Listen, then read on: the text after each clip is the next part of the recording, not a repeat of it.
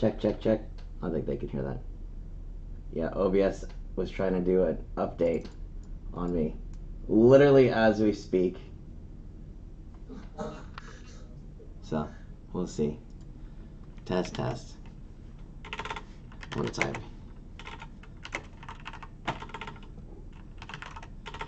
Hopefully they have audio. If not, whoops. Yeah, something happened to my either video card. Who knows? Whatever.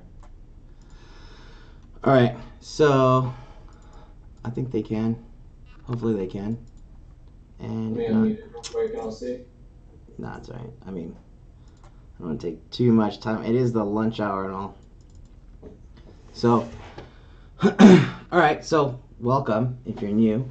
Just basically what we do on Mondays, we've kind of moved the time slots around, doing just about the lunch hour right now. I think everybody usually gets a lot of trades in on Monday mornings. Not me personally, like not my style, but I know a lot of people do. So, just kind of keep it free for there. But as we do this, what we're gonna do every Monday, what we do every Monday is just kind of plan our week. We do have a big week this week in terms of earnings, and that's essentially going to be our focus for the most part this week. And let's just kick it off, right? So before we get started, just got to point out options are not for everyone. And before you start trading, you should call 1-888-OPTIONS and get a copy of Characteristics and a List of Standardized Options before you start trading. So every Monday, we'll start out with a quick recap. So these are really just like the top headlines of last week, and what we should pull from that is what are we going to be looking at moving forward for the following week, or this week. And the last few weeks have been really just, it's all about inflation, it's all about interest rates, oil, and Ukraine. So if you see any headlines that have anything to do with oil, interest rates, inflation, or Ukraine, expect that it's going to be somewhat market moving. Everything else is kind of just noise, honestly, at the moment. So, hey Jesse. So that's basically it.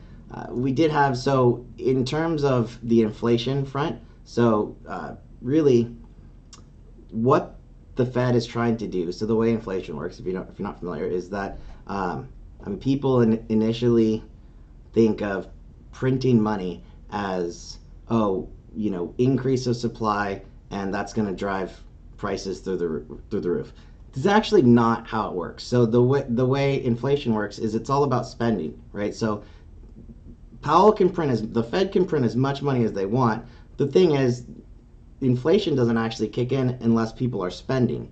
So imagine if you had a business, and you lived in the country of your choice, imaginary country, and the imaginary country's reserve doubled the amount of money available to everybody. Well, your prices technically stay the same if you're selling the same. So if you're selling the same amount of goods, that's what you need to do. If you're selling more money, like if your demand is higher, well, you can raise rates in that instance, and that's typically what you see people do. It's not until the demand slows that you, as a business person, would actually need to reduce your prices, and that's what That's what the Fed's trying to do. They're trying to slow the demand, slow the sales of goods and services, well, goods mostly, so that prices will start to come down, because we will see some epic inflation, and we're looking at like 8+% inflation year over year, and the Fed has a goal at 2.5. I was listening to CNBC or whatever this morning. Nobody's thinking about getting back to 2.5 this year or next year, and maybe not even the year after that. So it's going to be kind of a recurring thing, for quite a while. So there was a headline on, I don't know if it was a ship or something, but Putin saying, there's no peace talks in regards to Ukraine. I don't know if we're going to call that a war or something just yet. There was like a warning of nuclear attacks if Sweden or Finland join NATO. So might be on the lookout for that kind of stuff. probably good just to keep at least a small portion of your Lockheed or L3 Harris, something like that, in the portfolio. And of course, the Twitter headlines on Musk. This is probably the one thing. Like, if there wasn't this Twitter shenanigans going on, that thing would be at $30. So just be aware of that. When I was looking at the charts coming into today, I was just talking to Steven. I have nothing good to say about the market right now in terms of tech, for sure. Last week we were looking at industrials probably being the best index, but honestly, it's more neutral than bullish at this point. I did do a quick highlight on what happened from an economics perspective last week. I think this is kind of good just to show you guys as we go through this. We will go through the week's economic data points and why we want to watch these kind of things. But here's what happened last week. So Tuesday we came in and we've been talking about looking for an epically high core inflation rate, or PCI, and seeing a positive market reaction. So I want to see bad data but good price action. That's going to tell me in my mind, that's what I've been looking for. And we got that, actually. So the consensus and this is core month over month, not core year over year, not standard. Core means not including gas, food, our biggest expenses. So it actually came out just under the prior and below the consensus. So as we look at economic data points, the consensus number, we know that's what the market's already pricing in. So if something is, way higher or lower than the prior number, that doesn't matter nearly as much as what the consensus number is. So the consensus number is what the market's currently pricing in. So we actually came in lower than the consensus. And Tuesday we had it was a pretty strong day, right, Stu? I believe. There was a nice green day out of the gate, and I think, it was Tuesday. And yeah. So this is why. And so what happened? So at that point we're thinking, okay, well, the market goes into this, are we at peak inflation? So if we're at peak inflation, then that's all systems go, right? We're off to the races in the market because it's not going to get any worse. That's what we're looking to see. But the next day, Wednesday, and if you're wondering why the whole thing reversed, well, we talked about this last Monday. We were looking at something called core PPI, right? Producer Price Index. So if we have CPI, or Consumer Price Index, that's the consumer, our consumption inflation rate. Well, there's a producer inflation rate, and that producer inflation rate comes down to the consumers, right? They just kind of pass it on. And that's where everything flipped on its head. So core producer price index expected to come in at 0.5.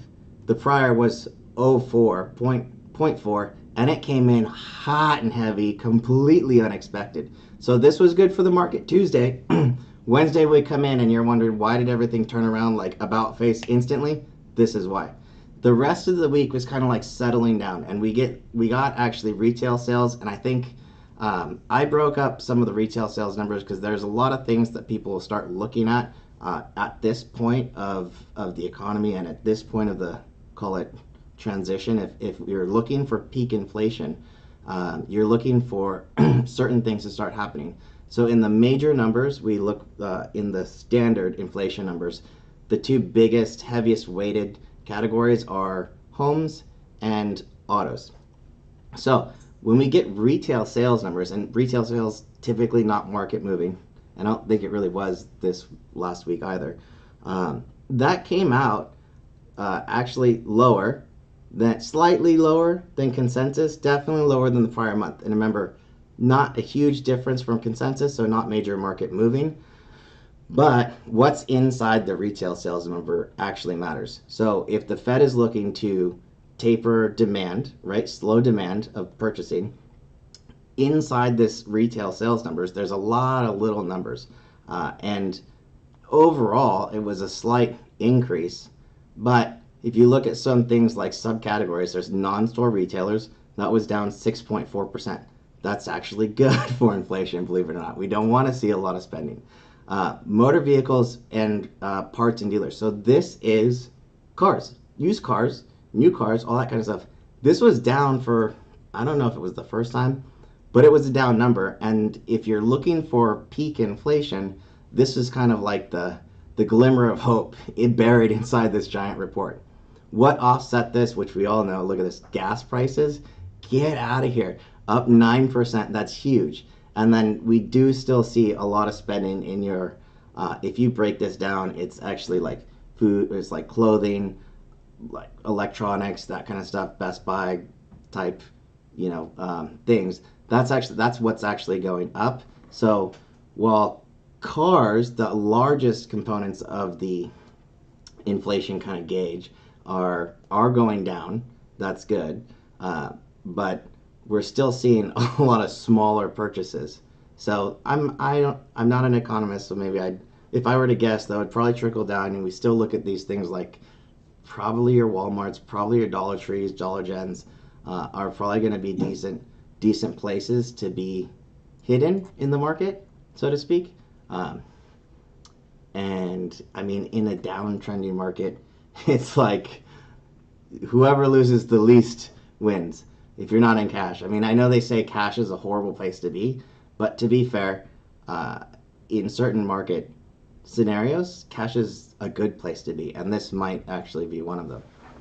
So think about it that way. Actually, I will tell you, you can see where is the money going. Most of it is going to cash. So follow the money. All right, so I'm just going to, moving forward, we have a big week of earnings. From here out, every week is going to get consistently bigger. This is the second week of earnings technically, and Thursday officially kicks off earnings season. We do have J&J, Procter, and a handful of other Dow 30s. So we had Walgreens, JP Morgan, Goldman Sachs, and United Healthcare last week of the Dow 30s. So, oops, I didn't update this. So the only one to miss was JP Morgan, and that was actually, I think that was actually a big miss. I'd like to go into it more, but I don't have all the data, so I don't feel comfortable fully jumping in. But there is something on a charge-off component that might be kind of trickling across the banking systems. But if you want to look at the strongest banks, probably Morgan Stanley and Goldman Sachs would be where you want to be.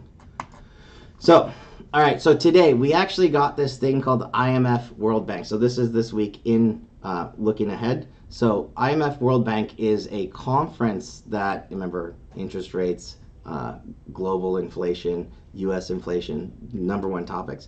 IMF World Bank conference kicks off today, and this thing runs all week long. So it's not something to really take lightly. Remember, there was a few weeks ago, we saw a potential messaging strategy going on where we had a bunch of Fed presidents before the FOMC notes were released. Then we had Powell, multiple speeches, and then we had 4 more Fed presidents right after, and it was right around this FOMC minutes release. We actually have something very similar going on this week. So IMF World Bank is a big deal. Well, it's something that's going on all week, and that needs to be kind of on your forefront. If there was a risk, anything can happen. It's essentially a ton of different events throughout the week. So I don't really know that there's a one specific one, but I do know that it's going to be something that's looming throughout the entire week. Tuesday, we get housing starts and building permits. So when we were looking at the retail sales numbers last week, and we were kind of picking that apart, looking at used car sales, the second biggest, the biggest component is housing when it comes to inflation. So as weird as it sounds, we kind of want to see prices starting to come down. Everybody knows housing prices are through the roof right now.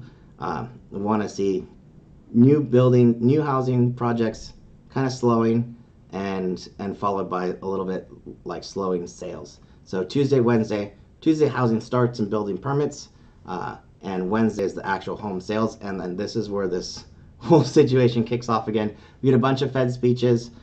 Thursday we have jobless claims, really not market moving, pretty neutral. We're pretty much at pre-COVID levels, and then we have two Powell speeches on Thursday. So Friday's a pretty light day. I would say. So here's what it looks like. So we have the housing market index. We have, is it not? We should have a Bullard speech happening right about now, and the IMF World Economic Forum starts their spring meetings start kicking off today. So careful. We'll see. Tuesday again, pretty light week. This is we have another Fed speech on Tuesday morning, and we start to get some earnings starting to trickle in. So we have J&J, Travelers, and IBM. BMO means before market open, so if you want to trade them, you'd have to trade them at the close of today, and AMC means after market close, so you'd put your clip trade on at the end of today or at end of tomorrow. If it's Tuesday, AMC. If it's Tuesday, BMO, trade Monday at the close. Wednesday, we got Procter, and this is when we start to get some home sales, and then two Fed speeches. So if I was to guess, right, and one of the bigger things that they've been talking about, interest rates, and the Fed is cleaning up the balance sheet, meaning that they're going to be, they were selling a ton of bonds, basically flooding the market with bonds, right? And so when they clean it up, they were buying bonds, sorry, and now they're selling them, right? Getting them off the balance sheet, right? And so the market is about to get hit with a massive influx of, like, the Fed selling the bonds. So what does that happen? Like, we know that there's a massive amount of selling pressure going to hit the market or hitting the market. For us as a retail trader, you'd probably look at something like a TLT. Selling pressure, pricing goes down, right? And interest rates go up because the TLT ETF that tracks the 20-year plus bond has inverse relationship to actual yields. So I would expect yields this week, rates this week to start popping. I think the last meeting they were talking about a 25 basis point hike, and a lot of people really were expecting a 50 basis point hike. This is where we might start hearing some of that messaging. Who knows if they'll say 50 basis points, 75, I don't know. Total speculation. But the Bank of Canada came out, I think it was last week, and said they are looking at a 50 basis point hike. So it wouldn't be too out of the... I think actually if the Fed came out and was like, we're tired of this, we're going full on like rate hike, I actually kind of think that might be good for the market because, again, the market's looking for peak inflation. And until we have some decisive measures with clarity on expectations moving forward, the market's kind of going to just be wishy-washy, right? Like they like certainty, and right now it's very uncertain. Thursday, jobless claims, continuing claims. We do have this thing called the leading index, so that's essentially all those numbers that we were talking about, before: PMI, PPI, PCI, CPI, blah, blah, blah, kind of like thrown into one, and it spits out an index. But it's going to have a lot of actual, like, trend numbers in terms of economic data that we could probably find some interesting clues in there in terms of what's going to happen. So, again, Thursday, Powell's speech. So, again, times on the left are Pacific, by the way, so apologies. I didn't mention that before. 2 speeches Thursday, 7 a.m. Pacific, and at the lunch hour. And then we got a 5-year tips auction. So we'll see. I don't know what to expect. Well, the good thing is I'm going to be trading earnings, so not very much directionally in the market, and earnings trades are going to be pretty market independent. So we won't really be affected too much by that at all. And then we do have Dow Chemical reporting Thursday morning. So Friday, really not much to speak of. Baker Hughes as normal, and we can look at this stuff later. It's just kind of like pick it apart and see what's interesting. You want to see like services. The services index actually getting hit right now, so we'd like to see more sales on that end, but we'll see. And I did get a couple questions on this one. So we do have our IVES, Implied Volatility Event System, kicking off Tuesday. I will send a webinar link today to everybody who registers To register, you just put a link in the description of this video. It's $100. It's a 6-course session, so we'll have 2 sessions that are probably going to be about, honestly, probably 2 hours long, just to get the initial data dump out and walk through the process, and then 4 live trading sessions where you guys will be trading with us and me, real money, and setting up the trades, taking the trades, walking you through the system, cradle to grave. So that is that one. If you don't have it, just Paper Gains Inc. at Paper Gains Inc. on Twitter, and I have that pinned to the profile, and then again in this video description. So cool. On to the charts, which everyone's been waiting for. Man, oh man. So orange boxes on all these charts. I'm using a 30-minute time frame, 30-minute interval chart. Orange boxes are an average weeks range. Orange lines, prior week high low. And really, I'm just going to be looking, what is this? At 435. I'm going to take that down for right now. 200-day moving average on the purple line, or the red line up there. This is an average week. So right now, I'm just going to take this to the downside. My target would be 4. Wow. Is this really getting there? I had a real downside target, 430.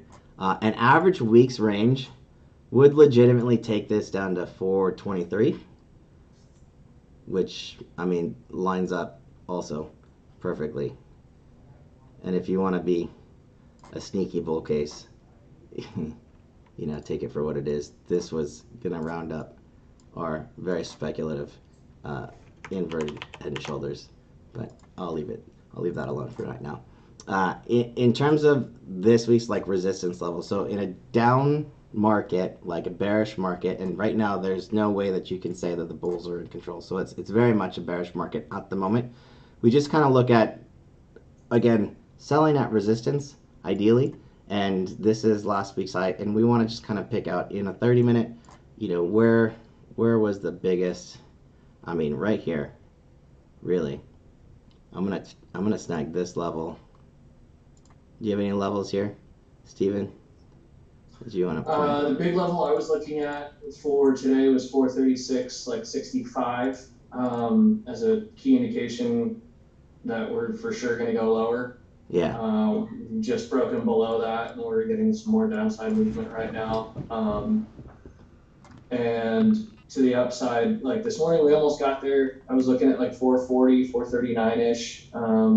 We broke into the 439s and then immediately reversed. So that was giving me some confidence that we were going to head a little bit lower today. Yeah. I think, so it's very clear, right? So last week's low, that's where he's getting that number, if you're not familiar with the like technicals, is for that 436 and change level. So that's the low of the week. Oh, look at that. Last week, if we closed below that, we're going lower. That's just kind of how it is. If you look at on the upside, you know, we do have this 443 number that we could potentially bounce off of. If I were to take a shot, like a high conviction shot at a short-sided trade, it would be somewhere up here at 443. Personally, maybe slightly lower, because look, we got 1, 2, breakdown, rejection, rejection. This is clearly a level where a lot of selling is happening. So until then, if we take today's high and we're to push it down on an average week's range, that does take us like exactly to this level that, what was this? Somewhere in here, that 440-ish level. So where we have a lot of this congestion kind of zone right here. If you guys can see that. So anywhere in this, if you wanted to take a stab at a bounce, it would be around that 426-ish or below level. But again, really, like if we break down today, I'd rather take it was either going to be a bounce up to here and then reject, or now at this point, since I didn't take this one, that would have been a nice one. You could pull a clean level out of that. Clean-ish level. Oh well, I missed it. Did you snag it?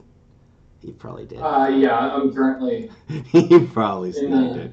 on the put side right now. Yeah. Obviously, that's not financial advice for Yeah, anybody, but yeah. I am So currently in some puts right now, if targeting at least 430 in the next day or two. yeah, if you always swing, he's a swing trader. If I might. yeah, Who knows? yeah.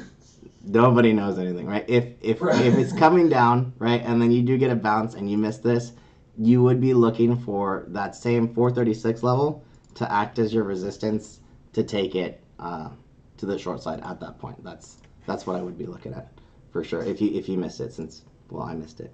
The worst index of the indices is going to be the Qs, right? Why? Because this is the most sensitive to inflation, right? Not a super complicated situation. Uh, you know, like very just clear. This is not looking very bullish. I mean, if there was one to have a potential, you know, I, RSI is probably like I was about to say oversold. This is probably like the worst indicator that you could use from a Right. trading perspective. Um, yeah, I mean, we do have this dynamic kind of support right here. I could see a flusher like real fast straight down to the bottom of this easily 325 level on the Qs. Um, yeah, maybe this week. I mean, that's well within range this week for sure. On the upside, same thing. If we get a bounce, see what is it, 348 and change. That's where it looks like sellers are mostly stepping in here.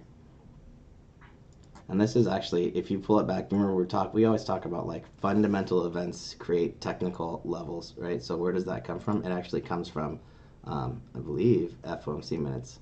So same thing, sell, sell, sell, right on the 6th, early this month. So that whole initial messaging situation. Diamonds. So this is industrials diamonds. If again, like I was pretty of all of them last week. So this is prior week's high low, right? Orange lines. This one was not trading, immediately out of the gate last week below the prior week's low. Now it's kind of testing it. This is last week's low here. I'm more neutral on this guy, so I would probably just take this. We'll see, right? I don't see any major trades here personally. If it breaks down, yeah, you could easily. Yeah, I just don't know. It's a tough one for me, man. I don't see a major Yeah, I trade typically here. don't trade Yeah, the diamonds either. yeah. You're gonna fight this 200-day for sure. Maybe more neutral trade if you want to do anything, but I couldn't take anything directionally just yet. Although that said, if I were to take one directionally, it might be this guy because this. So right now, IWM. Typically, we know like this thing goes nowhere for a long time until it decides to go somewhere, and we've had this huge consolidation, right, up in here for the last like 2 weeks, and this again average weeks range. Last week we spent the entire week in less than half of an average range. We're about half of an average range. Look at that. So if one of these is coiled, ready to go, it's probably this guy. And to the downside, at a break below of 195, right? You're straight into 191 down to 188 on the downside. And if you break below prior week's high, right here, 202, we're a little far from that. Yeah, I really wouldn't be ready to take it up. But if it does break 202, then I could see easily 215, 212, straight back to this 200-day range over there. No trigger yet, for sure, but a clear, clean watch level. One thing I did want to mention, so we got crude flying today. Again, this is crude oil futures, CL1 exclamation point. That means futures. Back well over almost to 110. We're likely heading straight back to where we came from after a pretty big consolidation. Clean targets here. I mean, clean targets like 115 if you want to trade USO. Might be something there. What I did want to show is that as an option trader, we'll typically use the VIX as a kind of market gauge. But what's been clearer lately is the Dixie. So this is DXY, is an index, and it's not the dollar itself. It's the dollar. Actually, for our forex fans, Jesse might be able to pop in. The Dixie is the U.S. dollar measured against like all the other currencies, mostly the pound, but the major currencies across the globe. And so the way this works is that if our interest rates are going up now, and it's a stronger currency, and you're in Germany, Australia, wherever, right? Do you want to hold? You want to hold money in Aussie dollars or like whatever that currency is? No, they can get better rates, then they'll go buy dollars and hold U.S. bonds. So that's actually buy dollars and get better rates there. So that's what makes this a stronger chart. You can see, and this is cash basically. It's essentially cash. The tradable ticker for us in the options market is called UUP, and this tracks the Dixie or DXY index. But every time we see, SPY or something selling off, and I think I have a side by side. I could pull this. Oops. You can actually see, just like the VIX used to be, well, VIX is like a completely inverse correlation to the SPY. Intraday, like you're actually getting some of the same stuff, right? So you can have this. I have this on my charts. It's like all these little humps. This is like basing, right? And then once you see this Dixie start flying, it's almost immediate that you'll see the S&P start going down, which is kind of interesting, but just a note. So this is a good not volatility indicator right now, but in terms of directional indicator. If you see the dollar flying, just be aware that's people are not buying equities, they're rushing to cash. Gold, I think we have a trade off. Well, I'll leave gold as it is, but that thing looks like it's ready to roll. And TLT, US bonds. This is a 20-year bond right here, 20-year plus bond. This is the guy. I want to take this short. I want to take this short so many times. I keep missing this. But right around here, 124, if we get this kind of quick bounce at some point during the week, then I'd like to short. And I got a clean target down actually below this 117. I got a target more like 115 over here, right in this kind of area. So for me, if I can get that kind of bounce level, I'm looking to take that and have it was like a longer dated swing on a put butterfly that I have ready to roll if I can get it. So that said, that's the first check. That's where we are on the indices. I'll take a quick look at subsectors. I will say that OIH, oil services, super strong. XOP, XLE, all of that boring stuff that people don't like to trade all the time. At least the newer traders don't like to trade. Those are what's paying right now. Here's energy here, right? Oil, OIH is oil services. I mean, this clean, like holding above 300.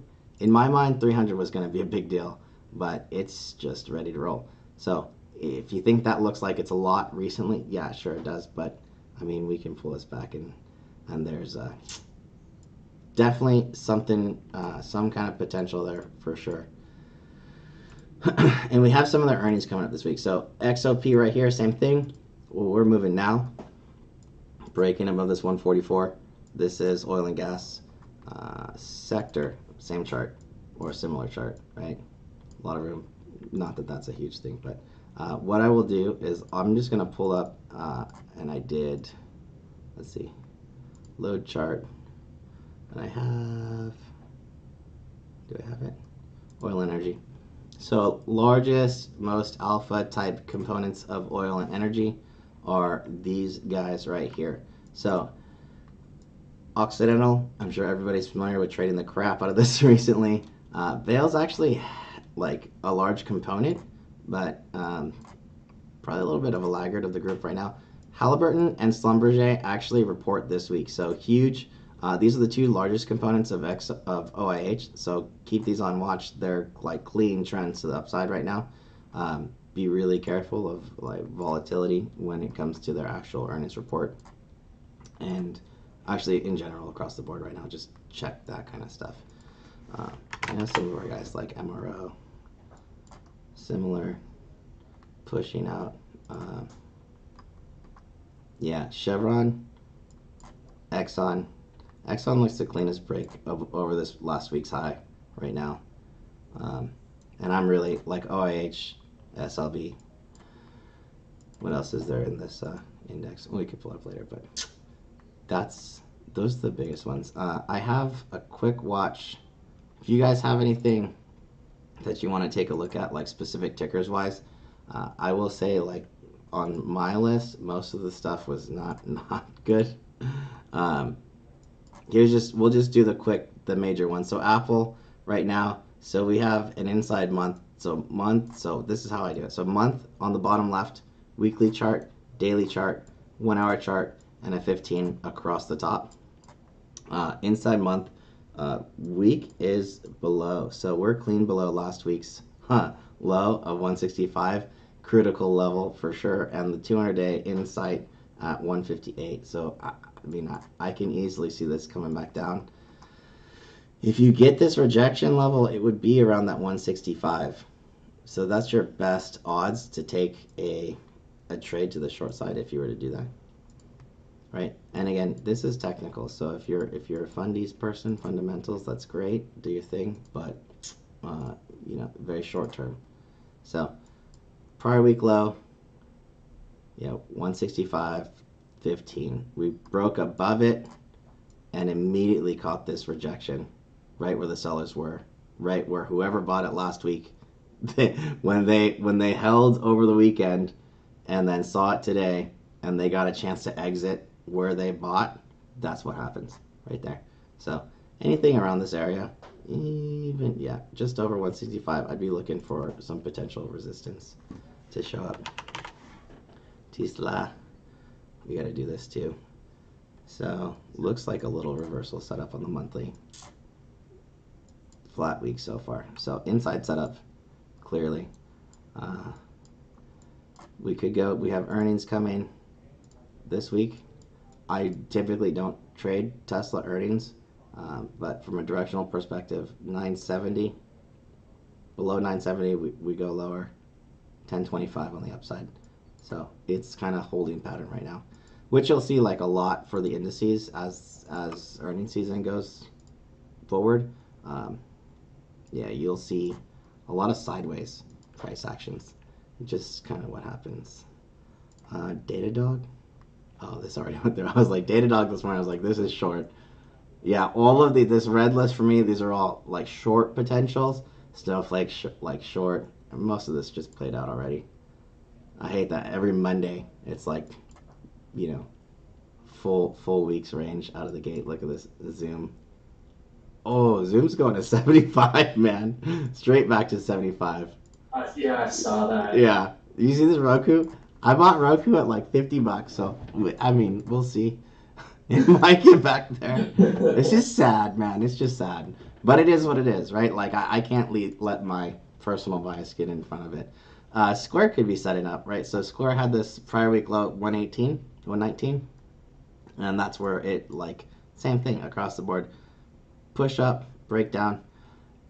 If I'm going to look somewhere for resistance to show up, it's going to be right around this retest at this 119 level to take short. And then, on the downside, right, like this purple is this prior month low. If it does take it, you could take this 107, just tagging this first 105 down to potentially 90, but this is a clear. You start going lower, you're just, there's no argument. It's going lower. First target 115, then 105. And you kind of take it one candle at a time. PayPal, similar. I would just take these prior week levels, and if we get a retest, so Facebook was one almost looked bullish for a little bit. There was a lot of stuff, I think, last week on. So I mean, this might be fighting. So some people are bullish on Facebook. I'm not. Uh, that's from a fundamental perspective. It might be easier to sell upside credit spreads, call credit spreads, on some of these, because if you're buying puts, you're going to get paid out very quickly, and you need to take profits very quickly, or you're going to get slapped like right away if you buy it at the wrong time. So again, 209.90 on Facebook, potential resistance if you get a little bounce around there, 209.50, somewhere in that level. To take down to the short side for sure. 200 is going to be at psychological resistance level, but you're clean below. Wow, this goes to 180. Yeah, 200 would be the target. So something like a 210, maybe 205, 200 debit spread would actually make a lot of sense. I'm just going to pull it up. Do they have, and so whenever you're checking this stuff out, always check for earnings right now. So April 27th, these guys have earnings. That's going to affect the option chain. So if you want to avoid the IV, if you get the direction right, you might not get paid as well. So if you keep it into this week's expiration, yeah, 200 puts, look at that, 3,200 volume at $1.50 right now. These traded up to, let's see, more info, quick chart.